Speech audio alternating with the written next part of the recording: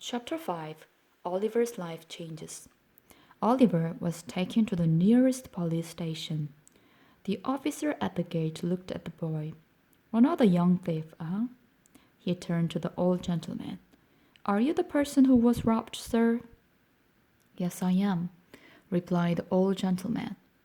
But I'm not sure that the boy actually took the handkerchief. I don't really want to take him to court. Too late. He must go before the magistrate now. Oliver was locked in a small stone cell, which was disgustingly dirty and smelly. As the key turned in the lock, the old gentleman said to himself thoughtfully, There's something in that boy's face. He could be innocent. Where have I seen someone like him before? After thinking about this for a few minutes, he said, No, it must be imagination. He sighed unhappily and began reading the book again.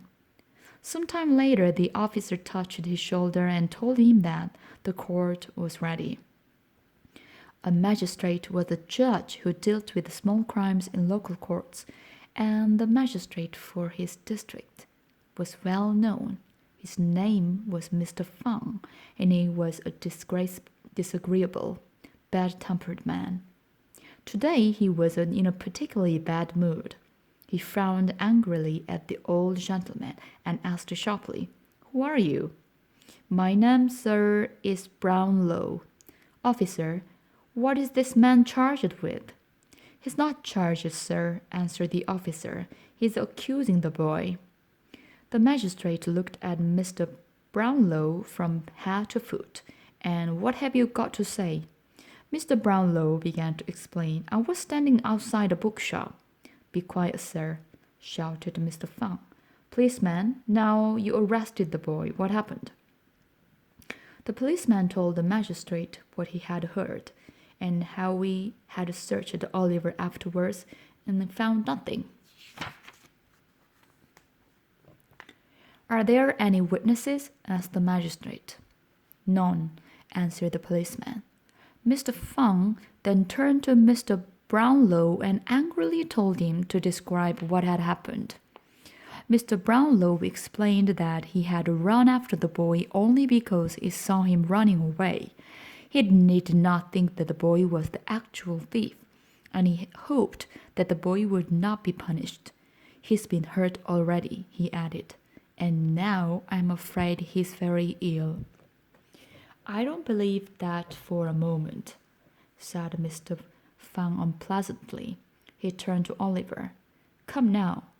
Don't try any clever tricks with me. What's your name? He demanded.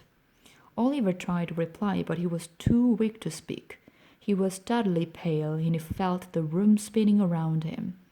At last, he managed to whisper a request for water, but the magistrate refused angrily. Suddenly, Oliver fainted and fell to the floor. Mr. Fang stared at him angrily. Guilty. 3 months' prison, he said immediately. Let him lie there. He will soon be tired of that. Mr. Fang stood up. This court is now closed. At that moment, a man in an old black coat rushed in. Stop, he shouted. Don't take the boy away. I saw it all. I'm the bookshop owner. Mr. Fang's face was black with anger at this unexpected interruption, but the bookshop owner demanded to be heard. He described exactly what had really happened. He had seen 2 boys steal the handkerchief and then run away, leaving Oliver to be arrested. In a final burst of bad temper, Mr. Fang said that his time had been wasted. He announced that Oliver was innocent and ordered everybody out of the court. The order was obeyed, and as Mr. Brownlow turned to go down the street, he saw Oliver lying on the pavement, shaking, his face as white as death. Poor boy, said Mr. Brownlow, bending over him. He called a coach quickly, laid Oliver on the seat, and drove away. The coach stopped at a neat house in a quiet, shady street in North London. Oliver was gently carried into a bed and received more care and kindness than he had ever had in his life. But he had a fever, and for many days he lay there unconscious. When he eventually woke, weak, thin and pale, he looked anxiously around the room. "What room is this? Where am I?" he said. "This is not the place I fell asleep in." Mrs. Bedouin, the motherly old housekeeper, heard his words and instantly came to him.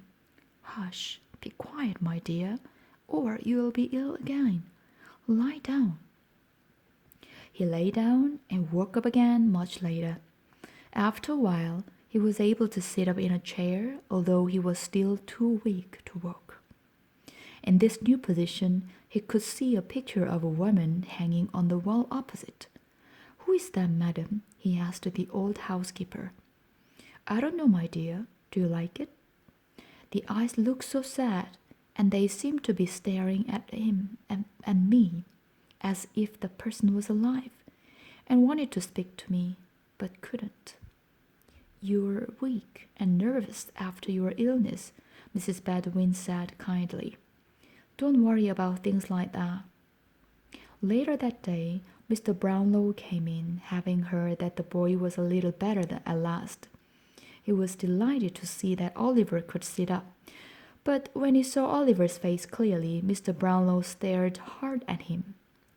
"I hope you are not angry with me, sir," said Oliver anxiously. "No, no, not in the least," he replied. Then he turned to the housekeeper. "But look, Mrs. Bedouin, look there." He pointed to the picture of the woman above Oliver's head and then to the boy's face. It was a living copy of the picture. Even the expression was the same. Oliver did not understand what was happening. He was so alarmed by Mr. Brownlow's excitement that he fainted once more. The Dodger and Charlie Bates had left the crowd, which was chasing Oliver as soon as he could. They went back to their house through the narrow streets, using a complicated route in case anyone was following them. Once they were safely away from other people, Charlie Bates rolled on the ground and laughed and laughed. "Ha ha ha! When I saw Oliver running away so fast, round all the corners, bumping into walls, and all the time I had the handkerchief in my pocket. Ha ha ha!" "But what will Fagin say?" asked the Dodger. "What do you mean?" The Dodger said nothing more, but led Charlie Bates into the house and up the stairs.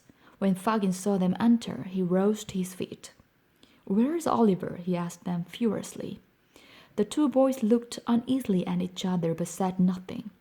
Fagin took hold of the Dodger's collar and shook him violently. "Tell me, or I will kill you." The Dodger slid out of his coat in one smooth movement, leaving Fagin holding only the empty coat. "The police have got him," he said reluctantly. He looked round for a weapon to fight with, but Fagin already had a heavy metal pot in his hand. He threw it hard at the Dodger, but missed and hit Charlie Bates, who started to shout with fear. Suddenly, all this noise and confusion was silenced by a deep voice at the door. "What the devil's going on here?" the voice demanded. The owner of the voice was a big man of about 35 in a black coat and very dirty trousers, with a brown hat on his head and a dirty handkerchief around his neck. He also had a 3-day-old beard. A white dog with torn ears followed him into the room. The man kicked the dog into a corner and looked round at the signs of battle. "Are they trying to murder you, Fagin?" "I would if I was them. I'd have done it long ago. Now give me some beer, and don't poison it." It was said as a joke, but if the man had seen the evil look on Fagin's face, he might have thought the warning was a necessary one. Fagin produced some beer, and as the fight appeared to be over, everybody sat down. In the conversation that followed, Fagin told the newcomer that Oliver had been caught by the police. "I'm afraid, Mr. Sykes," he said, "the boy may say something which will get us into trouble." "Very likely," said Bill Sykes, smiling unkindly.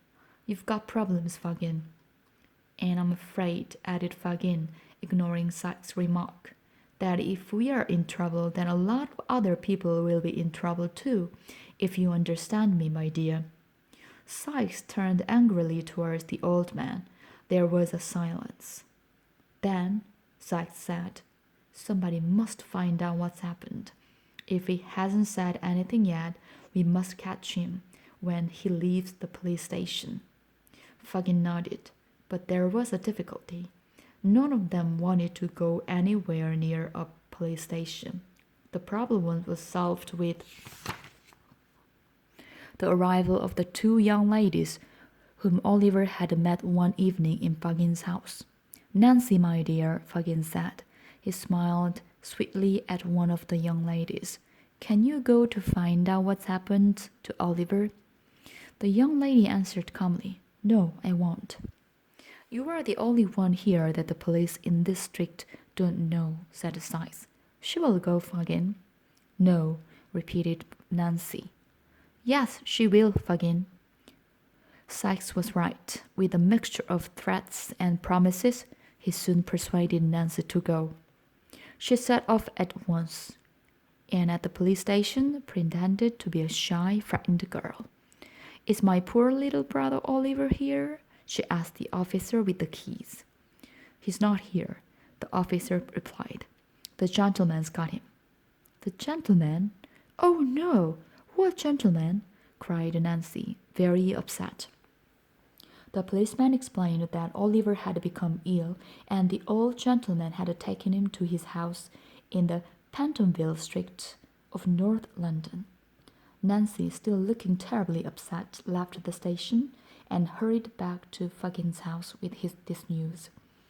As soon as he heard it, Sykes called his white dog, put on his hat, and left without saying goodbye to anyone.